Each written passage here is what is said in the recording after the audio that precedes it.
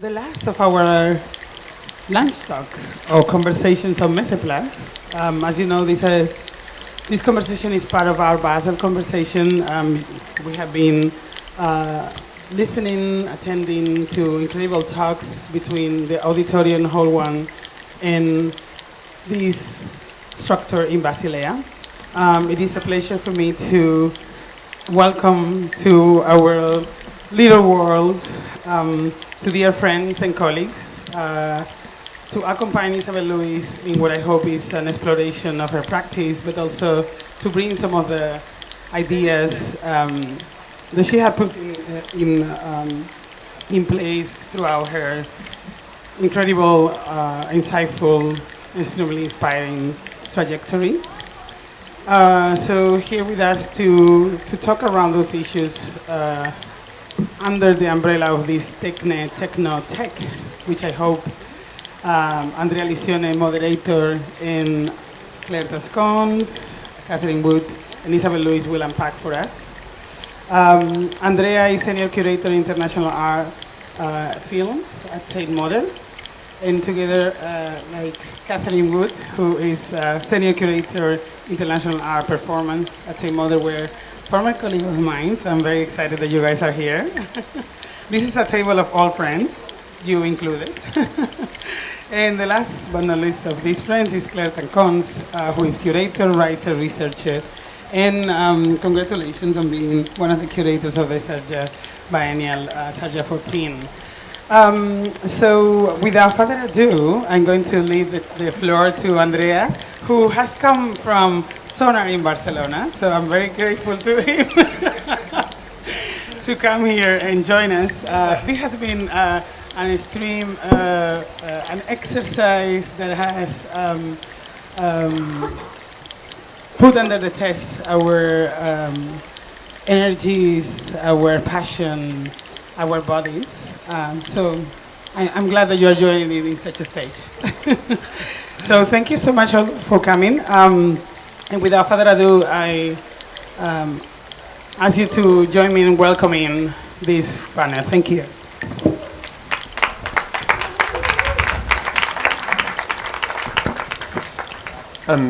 So thank you, Elvira. Thank you also for spoiling the fact that I I didn't sleep the last night, and I had the luxury of making what I love, which is research on film, and in a place where things happen. And this is actually what I guess you experienced in the last days, witnessing this project, this work that Isabel has been performing in different ways. As Catherine, I guess, we only had the opportunity to see a component, a 50-minute slot of the whole slow walk. So the obvious question is perhaps asking Isabel what the work was about, and perhaps also the very basic information that I always would like to know is how do you react to a proposal? I mean, you get to a place, you spend some time. How do you make something happening like this slow walk that we could see? Thank you. Nice that all of you are here with me, and thanks for that, and all of you in the public as well that maybe have been seeing these activations of the space. Maybe I'll start with where it all began, with Elvira inviting me to consider taking on this space, the Messeplatz, and the idea of creating a public choreography. For me, when I had to ask myself, with public space and these questions, like what do we mean when we refer to public space, and who is the public that we refer to when we think about public space? And it seemed crucial to me to try to conceive of a project that was not about a performance for the week of Art Basel, but rather a process, a slow process of unfolding that could kind of embed itself in this location over time. So my way of approaching that was to consider creating a series of public workshops. And I began these visits to Basel actually in early May. And I began also by actually doing workshops, talks, lectures, and DJ sets all around the city. meeting different people, meeting different players in the scene, in independent spaces, more central spaces, and then sort of started conceiving of the content of the workshops, which I started to begin to call urban flourishing.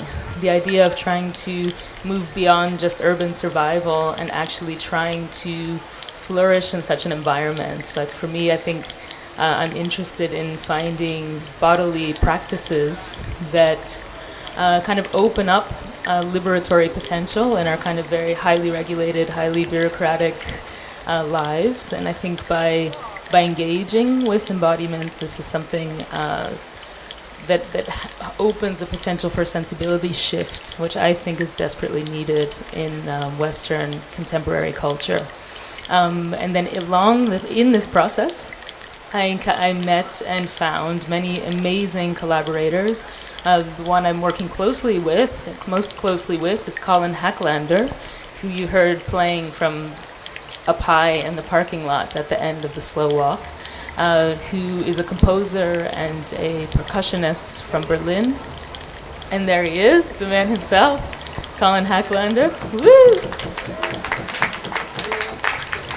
So along with Colin, in a series of lots of conversations about listening and expanded listening, and actually trying to think about listening in an expanded sense, not just with the hearing, but also activating the hearing in a much more active sense of hearing and listening, but applying that to the entire human sensorium, the idea of an entire bodily attunement to urban space and to like dimensionality. I think that's what working with Colin has really brought to me in this project. And along with Colin, there was Arvo Losinger, a parkour practitioner from living in Zurich, working here in Basel and all over Europe.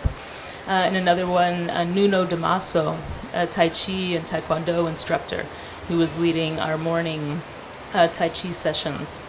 So sort of with this team of different kinds of practitioners, we spoke a lot and worked a lot and exchanged a lot about which kinds of bodily practices could we engage in this particular space that might open up our awareness to that in a new way.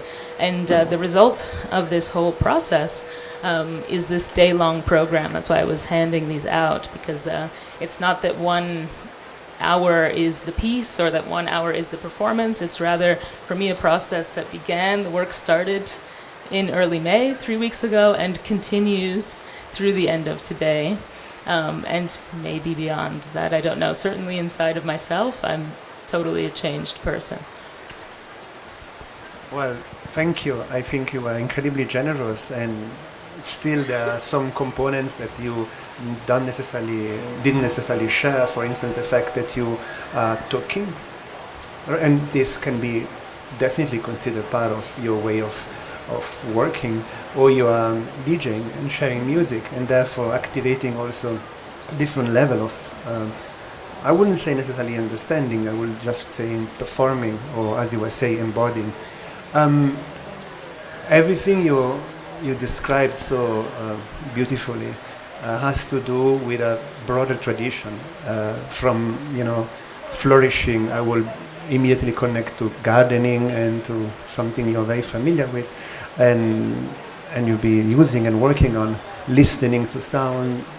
So the obvious question for someone like Catherine will be, how do you frame such a practice? I mean, how do you, in which kind of tradition, in which kind of history you think what Isabel does can be, yes, framed is never the good work, because framed we don't like, actually. So maybe, yes. Frames. Inhabit, where does she, what kind of work she does inhabit, or potentially she could inhabit within a tradition? Elvira labelled both of our job titles, film and performance, so we're framed already.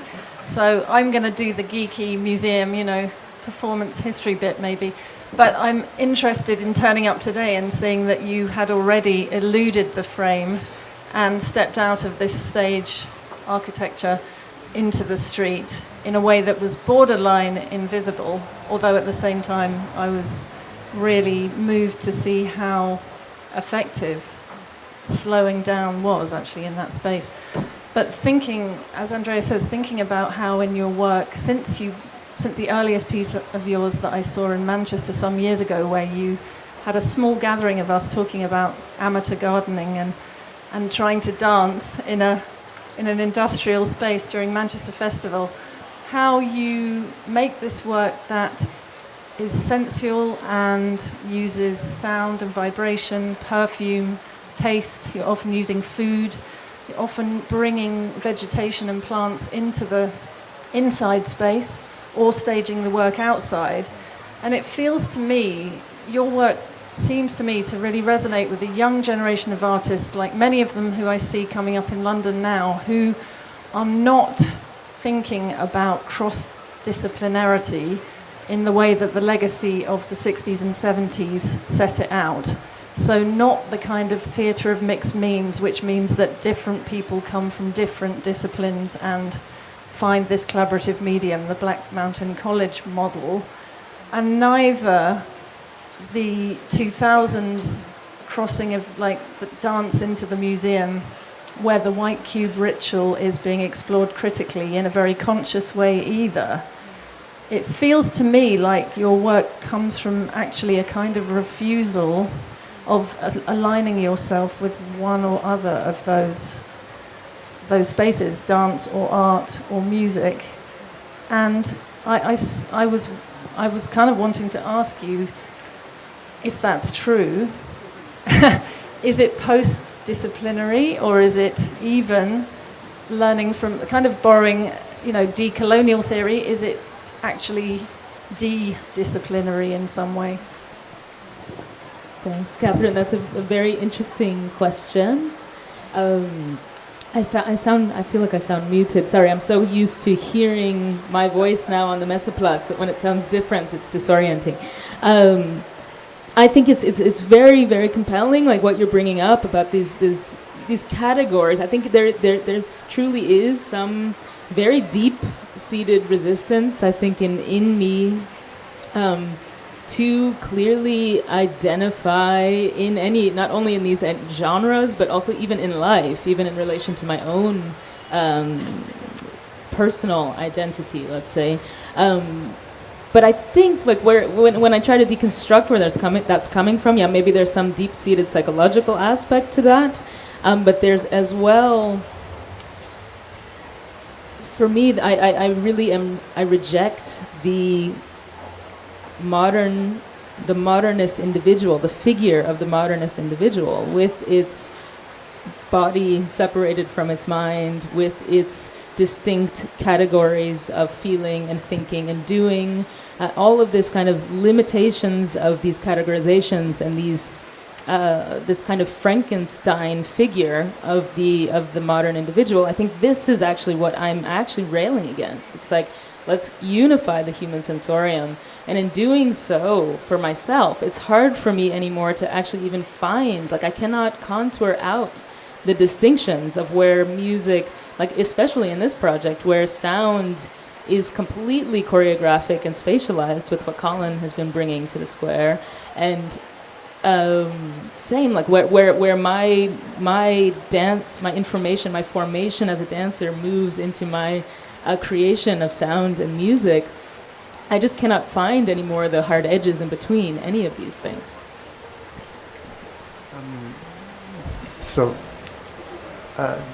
We already reached a very deep level of understanding and, again, framing or trying to situate or locate your practice. I will ask something completely different, but in a similar, let's say, direction to Claire, which is the obvious question. You are an expert in, not only, but mostly in parades, in form of collective bodies, I would say, performance that involve collective bodies. And how do you watch such a work? What is your way of engaging critically with a work that has no beginning, no end, and no space, but happens everywhere? So how do you really make your mind and your body working to understanding and translating and perhaps becoming a producer at some stage? Thank you, Andrea, for your question, which I will try to translate into a question back to Isabel. In much the same way that Catherine is asking whether Isabel's work might be post or de-disciplinary, one may be wondering the different modalities through which the work is actually embodied, but along the lines of forms of disembodiment, paradoxically so. The closer one thrives to embodiment at times, and the more actually one may feel disembodied, which might come closer then to answer Andrea's question about how to approach a work that is so open and so diffuse so as to be barely tangible, and certainly more so in the realm of the immaterial, that most forms of performance, to speak of frame, maybe this is actually the first time we're even using the category of performance, which no longer really applies to Isabel's work, and which you may have never actually wanted to conceive your work around or through. But more so, Andrea, than processional performance or parades, what I find interesting to bring into the Messeplatz, and also as a means to contextualize where we find ourselves, is Carnival. In the city of Basel, not only Carnival but also the marketplace, particularly in the city of Basel, where both these traditions continue to be very pregnant. And the reason why I'm bringing Carnival to the fore is not so much because it is a topic with which I have been engaged for many years, but really because I think that strange and even suspect, though hosting such occasions on the Messeplatz may have been, suspect for being in the middle of a commercial art fair, if one looks back at all the forms of human gatherings that are both structuring and structural to the self and the human, then one understands how such cyclical, reoccurring events as Carnival, or as the Biennial, or as the fair, are actually in keeping with the kinds of activities that Isabel has been doing, if only beyond recognition because of then what she brings into the contemporary.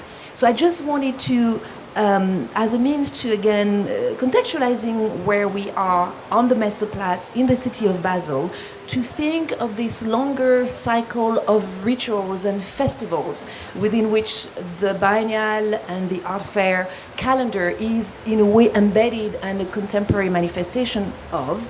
And then, of course, I mean, you know, I don't know that Carnival is post or de-disciplinary, but certainly it is a field of diffuse bodies and sensibilities that escapes any one such categorization. So there again, if not Carnival, but certainly a sense of the carnivalesque, conceptualized and as it may be, I think is pertinent for understanding Isabel's work here on the Messeplatz in Basel in particular.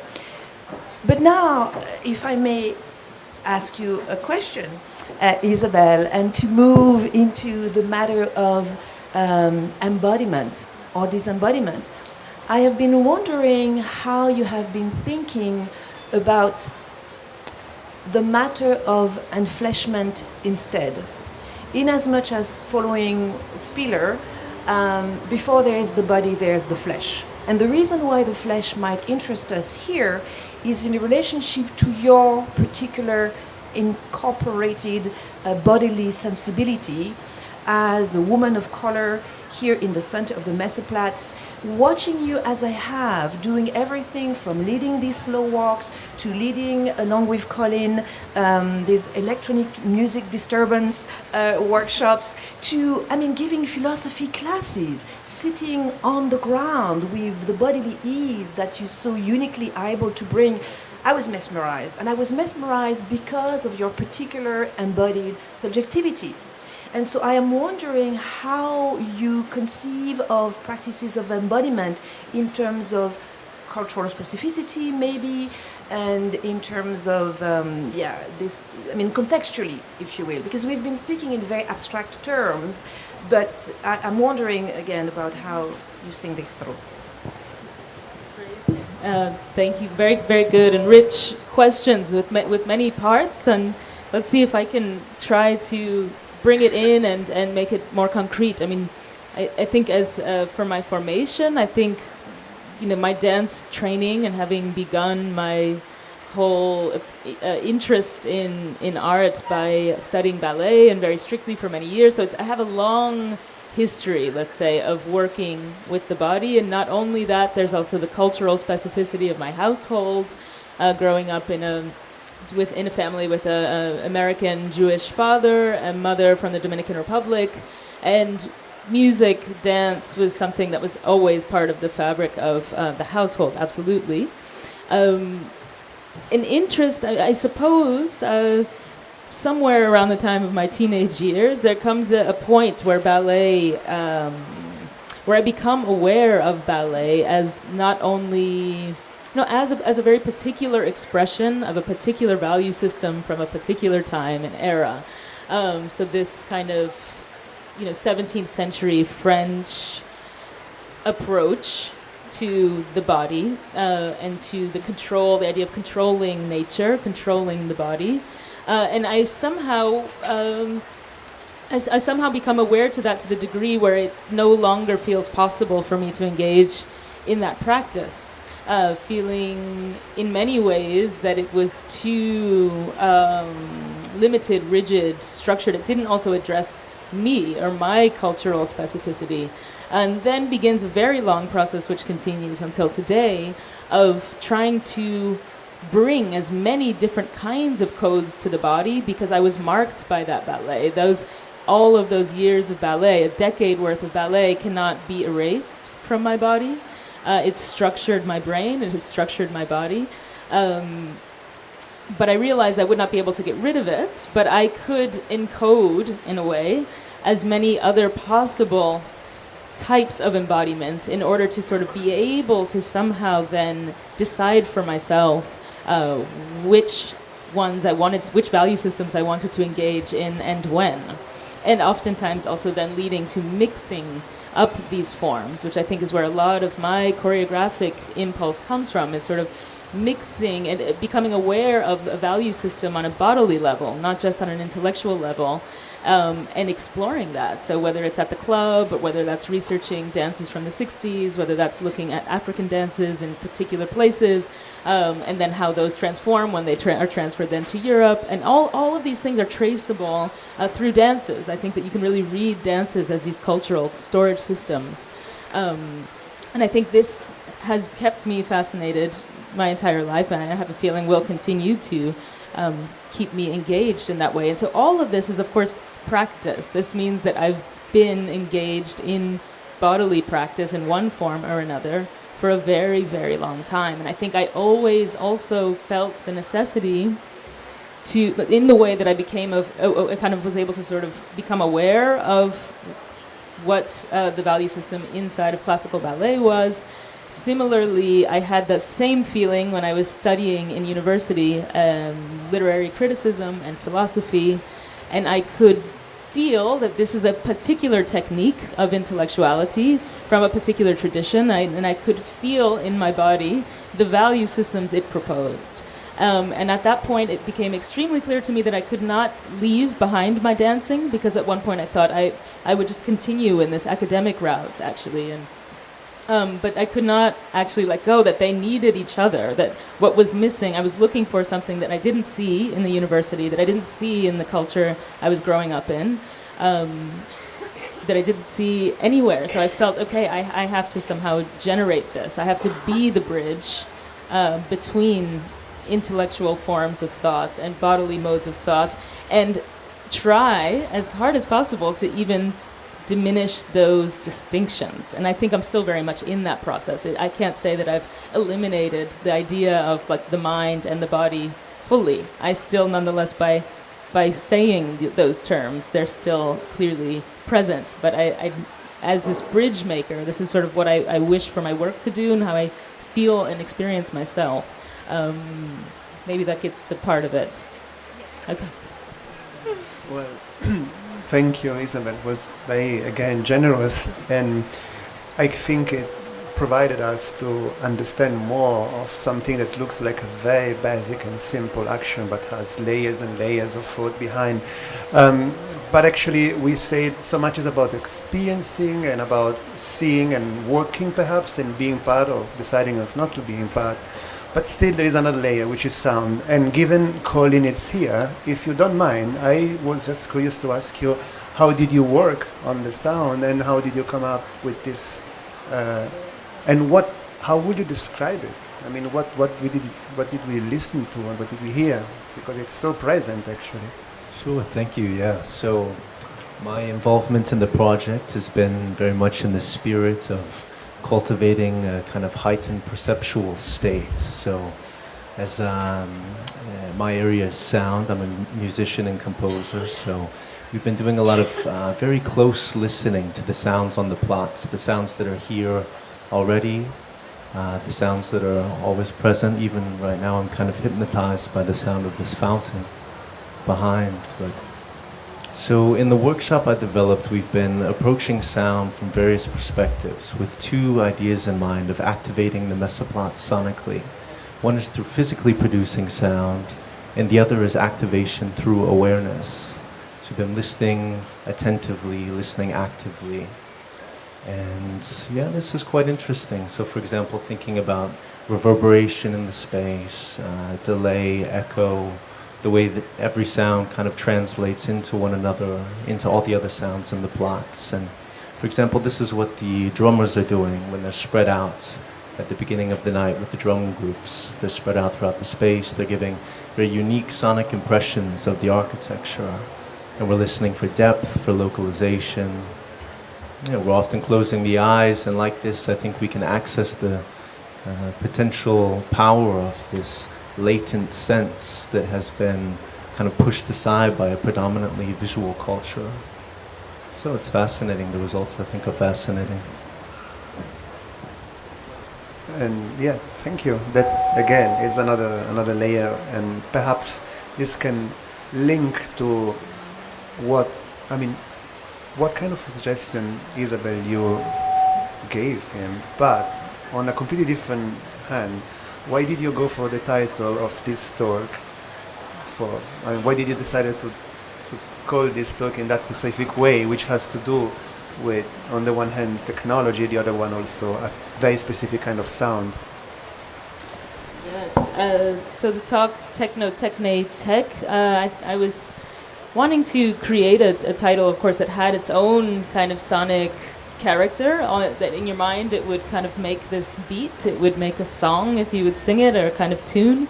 And I think it also helps to maybe focus in on the things that of my current, long-term interest, right? But I think it's taken a certain amount of time and courage, I suppose, that needed to be built to be able to believe that maybe actually engaging in practice in public space could generate a vibe, could generate a kind of qualitative, energetic quality that could be compelling. So this idea of absorption, when a person is absorbed in a practice, whether it's the drummers listening to Colin's click tracks at the end of the day, and then when they play together, they're absorbed in this practice, in this deep relation that they have with the drum. And I think this is what practice brings. So practice brings these very intimate relations, whether it's with an instrument, whether it's with your own body, whether it's with a particular tradition or technique. So this idea that for me, that this has become, at this stage in my life, I guess, having performed in such a range of possible iterations of performance, so many possible iterations of dance with multiple directors, and like really over several years.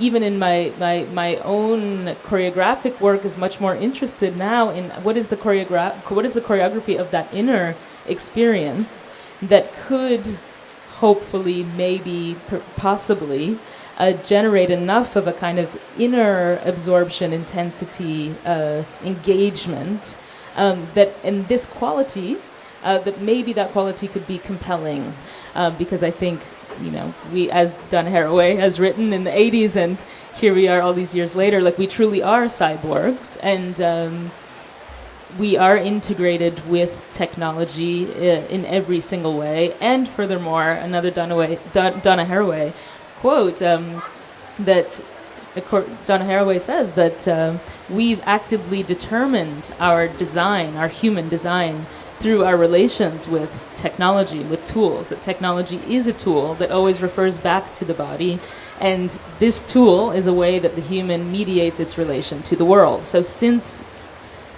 tool use, we've been determining our design. So I don't like this notion of essentializing the body back to some very abstract, romanticized idea of natural. It doesn't exist.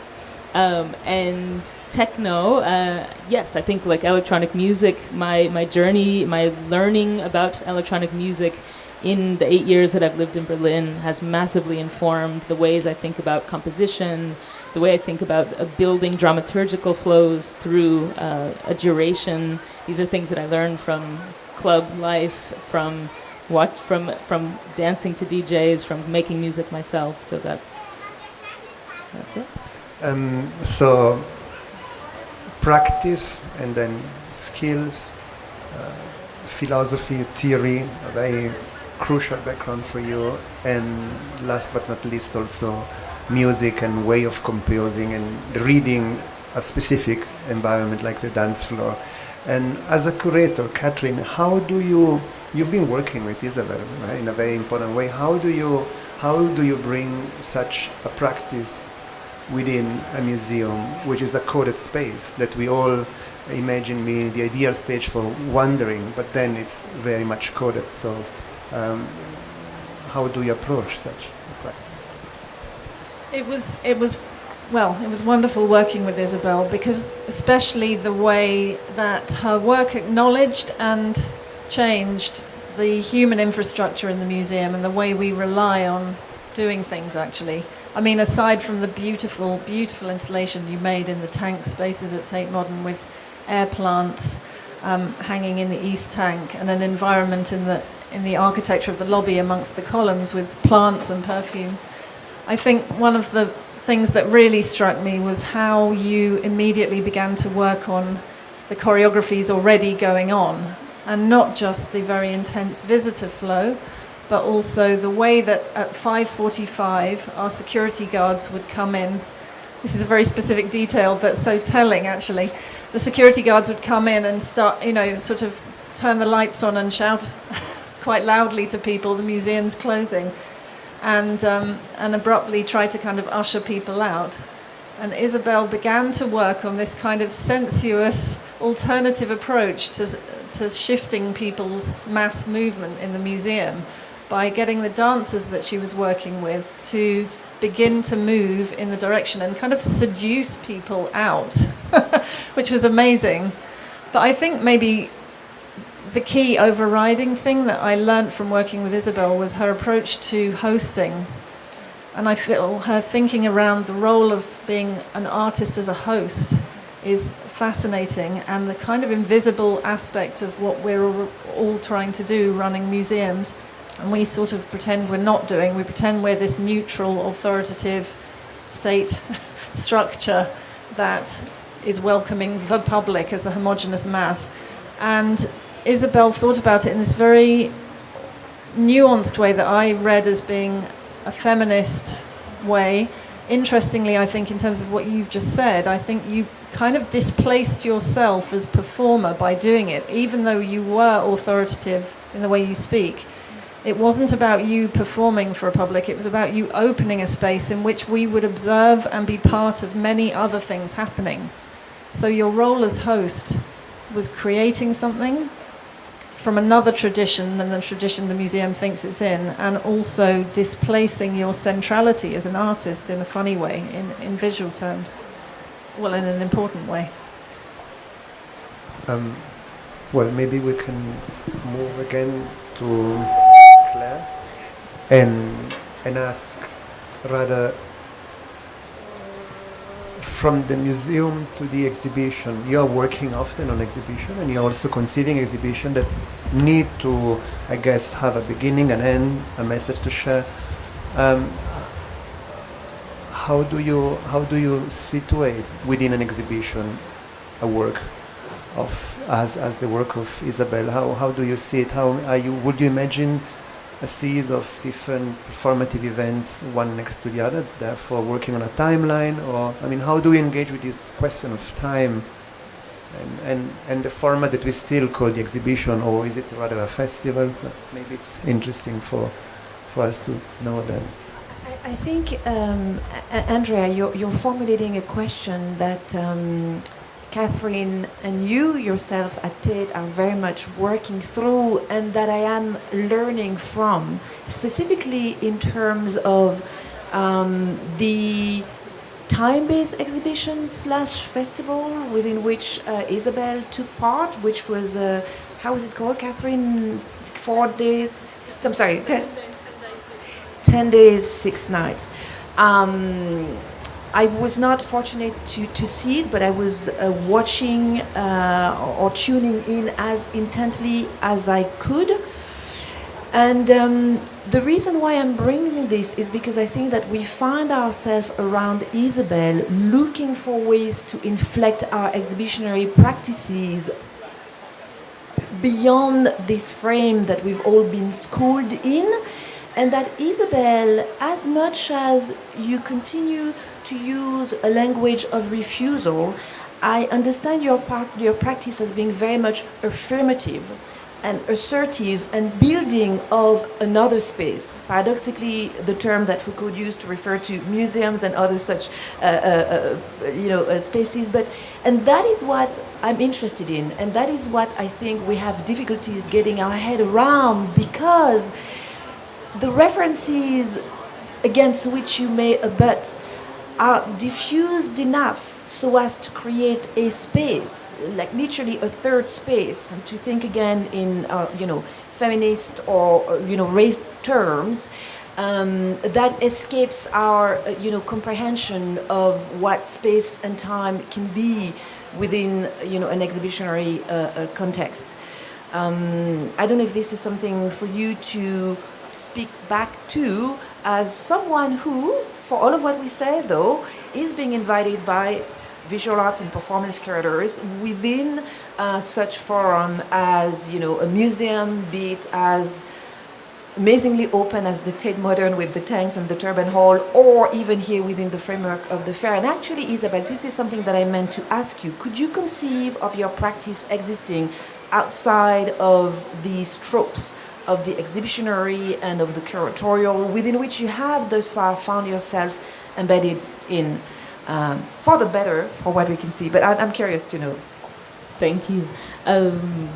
You brought up a lot of great things. I think I can absolutely imagine the work existing outside of these tropes. I think it also does. There's a way in which, yes, I'm very much embedded in this, and for good reasons, because all of my, let's say that I'm still operating on the level of composition. That's what's led me here. It's about thinking through performance history past and art history past, thinking through all of these developments in art and contemporary art history, and for whatever reason always feeling compelled to ask what's beyond the standardized understanding of this. What kind of potential could be beyond composing in a linear timeline? Like, I think I slammed my head against the wall with that question for about 10 years. Like, how do I get out of the trap of composing in a sequence? How can I think about composition as a spatialized possibility with perhaps clouds of content, as I tend to think of it, that can be rearranged according to the live situation? How can I make a work which is responsive, which can breathe and be truly alive and respond to the given situation? So these are questions of composition which could be considered inside of a classical tradition, I suppose, of aesthetics or of art or contemporary understandings of art. Simultaneously, I'm very much interested in the integration of life and art, our understanding of art or perhaps it wasn't even designated as such, art as such as a kind of modernist category, but art as integrated. So I think when I hear words like invisibility, I get excited because there's agency in that. There's I think integration and embeddedness is the thing that I've been seeking in all of what I do. So, for example, in like what is the existing choreography of any particular place, it's the same question that I had to ask myself. What is the choreography that exists within my body before other training, which is the training that I inherit? This is like habitus, which has led to like also big research on my part on sociological, cultural analysis of the body and how we learn, we are habituated into a specific cultural choreography, and that's the starting place. And so I think if you don't see big, expressive, representative kinds of movements or dances from me, they are dances nonetheless that operate first from our, let's say, each individual's core choreography, their habitus, their cultural imprint of how we move, sit, eat, and all of the habits of every day.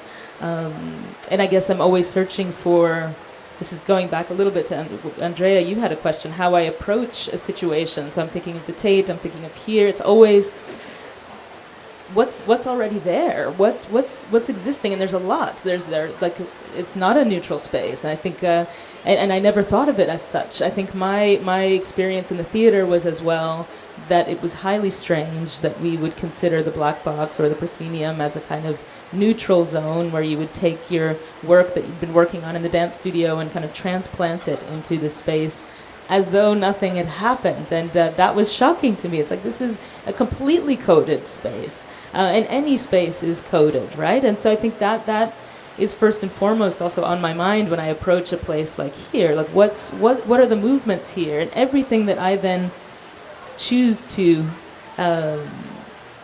unfold is a kind of is truly in relation and in response to what's already existing, what I somehow feel is appropriate, what can kind of integrate into the habit of a place and nonetheless like twist it. Well, again, thank you. We understand that your way of working is very much based on deep listening, to some extent, on becoming an antenna, on perceiving, on experiencing, and transforming what you gather from an environment more than a place or a group of people. And I particularly like this image of clouds that are shapeless and are literally finding their place at whatever height in a space. Still, your work wouldn't be completely done without involving the audience, or the public better than the audience surrounding us. So perhaps this is the best moment for us to open up. Some of you were involved in performing, some of you were involved in unconsciously performing and being part of a temporary stage, so it's the best moment for asking questions to Isabel.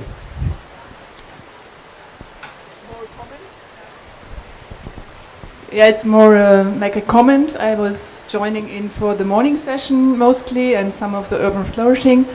And as a mindfulness practitioner and also teacher, I found it extremely helpful to connect to a space like this.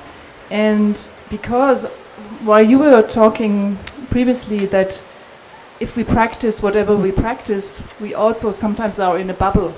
Even if we practice connection, then sometimes still it's not like this sociability you are talking about. And I mean, I'm really completely satisfied with this 5 days or more, weeks. And I wonder now if this couldn't be a ritual, like setting up something in Basel, you know, or in any city, as another practice, a sociability practice. So I don't know if you have any ideas about that. Yeah, I live in Berlin, so that makes it somewhat challenging. But I think that if there's interest, and I don't see why not. Like I think that what I proposed here in Basel was a long engagement in a series of practices, and now there is what has formed what people call immaterial, which is why I kind of never agree with calling this live work that we do immaterial, because it's so physical. It is so material, in fact. These bonds are very real, and these bonds have been established here. So I think we can see if these bonds if the bonds are strong enough, and there's a wish to continue in some way or form. I can absolutely imagine facilitating that, even if I can't be here all the time. This is a wonderful question that we are discussing about so often, which is how do we collect these practices? How do we engage throughout time? How do we give life to something that is full of life and deserves to be performed and likely also kept alive as much as possible within a museum frame or within the public space, so that can be somehow run or managed by a museum? That would be an ideal scenario. Yes? Thank you, first of all. It's fascinating. I think it's incredibly, it's wonderful and incredibly important what you're doing with your work.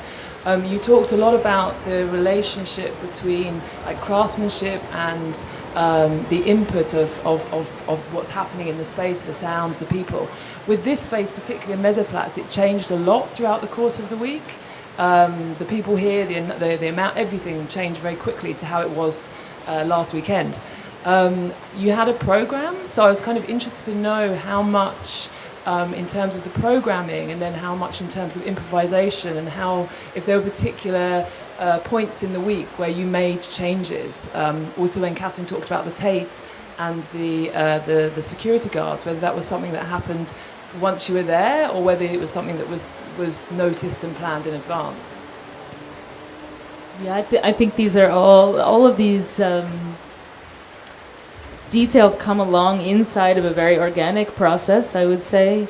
Definitely at this point, after as Claire mentioned, this creation of a third space, thank you for bringing that, because I think that's so true. I do tend to rather think of creating rather than only deconstructing, and I think this third space, which what I call what I've created as the occasion, what I call the occasion as a practice, it's not only like a format for experiencing something, it's also a practice for me, and I feel that I've started to approach and think about composition in different ways, so that of course in any new place, yes, I try to scan and take a look and observe all that's already going on, and I try to respond to it accordingly, to try to sort of achieve, let's say, a certain the quality of attention and the quality, the softness. There's a certain softness that I'm after, and a way of somehow slipping into the scene without imposing myself onto a situation. So that is a back and forth process, and I suppose what I've learned with the occasions is how to create structures, how to compose structures which have enough flexibility within them to be able to respond to the changing nature of reality, really, of life, of every day here on the Messeplatz, for example. So it's both. It takes a lot of composition and structure in order to be able to leave also space for things to emerge, and they have all week. New things have been emerging, and every day is different. Even with the program, gives a sort of hourly rhythm throughout the day. But each talk, I speak freely at the beginning of each hour, and each talk is slightly different. The people at that time of day, on that time of day and on that particular day are different. The energies are different. The weather is different. So it's truly a lot what I've also learned from gardens, what I've learned from studying gardens as a mode of composition, which is exactly that, proposes something rather concrete, but is nonetheless totally porous and contingent, and the experience of the garden can change entirely depending on the weather, whether a cloud passes over the sun, the time of year. So I think I've really framed my way of thinking about composition based on like all of my research on gardening, really, as a kind of format for a composition that can be contingent and porous and nonetheless precise.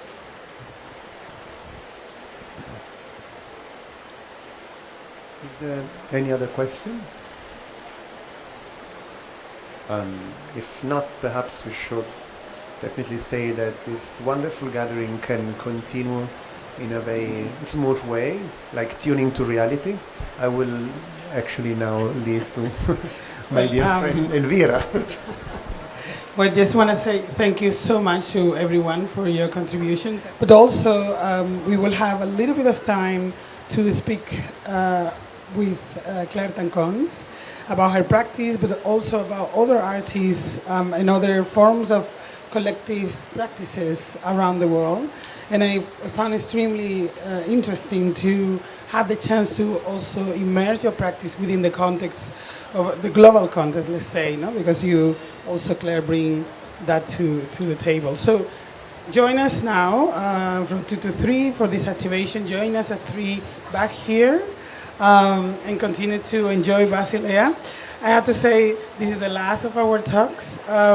It's been incredible having Lara Almarsegui, joined by Anna Minton, I'm going to remind her, Emily Scott and Manuel Herth, but also Recetas Urbanas, Santi Cirujeda, joined by Baharak Tahbash,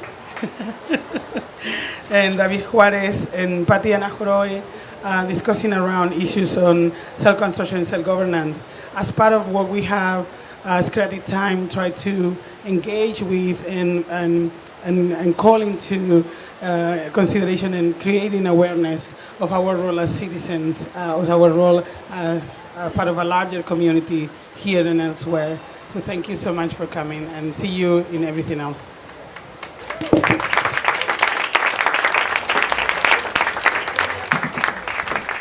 So I'm going to just go ahead and continue. It's turn me up.